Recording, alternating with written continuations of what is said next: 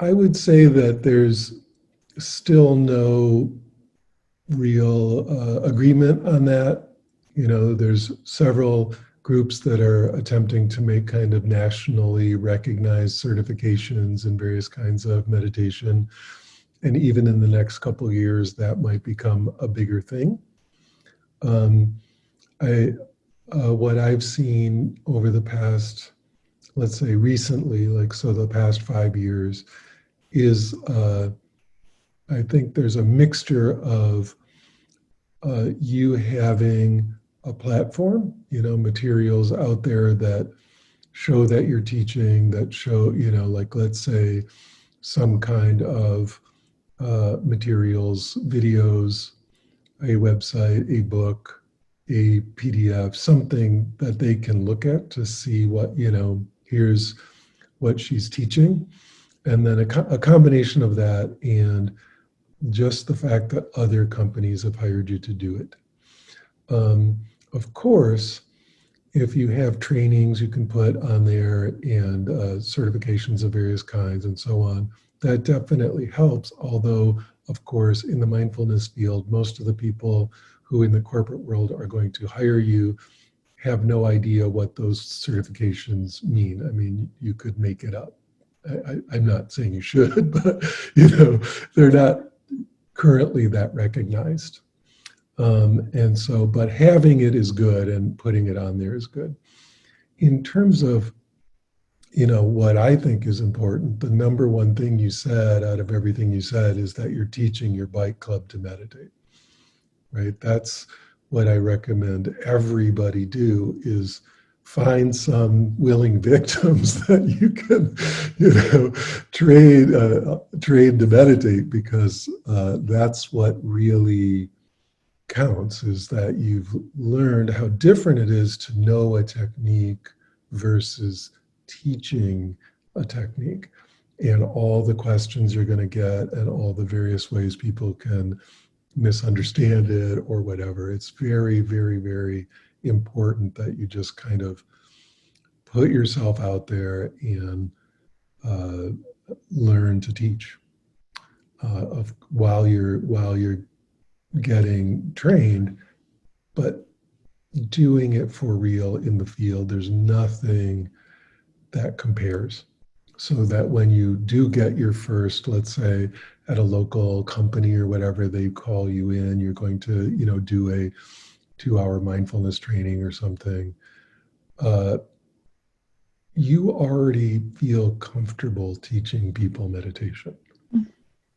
You know, at that level, especially like a mindfulness training for a small company or whatever, unless it's quite a long contract, you're never going to get into anything that is that difficult in terms of the level of meditation, right? It's going to be fairly easy to teach the material. The real thing is connecting with the people.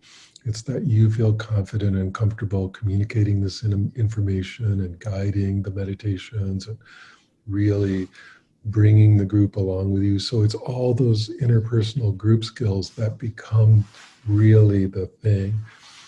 And of course, you can take training in that, but again, it's sort of until you're actually a veteran of doing that live with a group, um, and hopefully doing it a lot. It will always seem kind of hard to do, and then once you get that flavor and of working live with a group, you can bring that anywhere. And I would say basically, you know, even if you're doing it for free, even if you're only doing it every once in a while, doing it at all is great. The thing that I did once I started teaching, I was really coming from a very traditional background with a guru and stuff, where the idea of teaching was very, you know, to me was almost unthinkable, you know, like putting myself out there like that. Eventually, just so many people asked me to do it that it felt kind of more arrogant to keep saying no.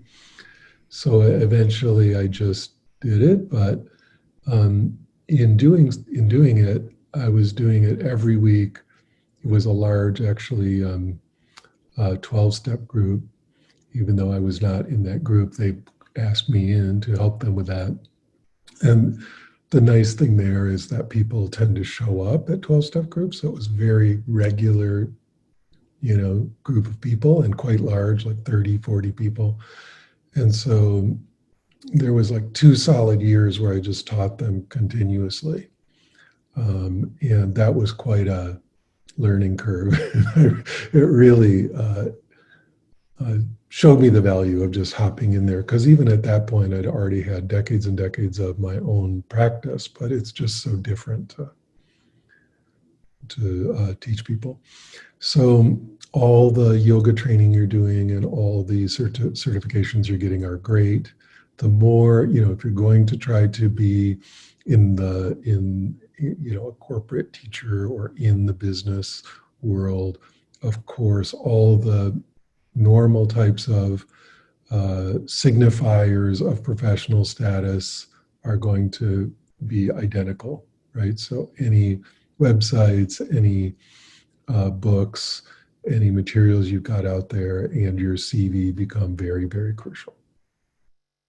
Right? And in the end, it will be, uh, for most people trying to do this, it will be doing really small companies until just here and there until eventually you kind of uh, come to the notice of a larger company.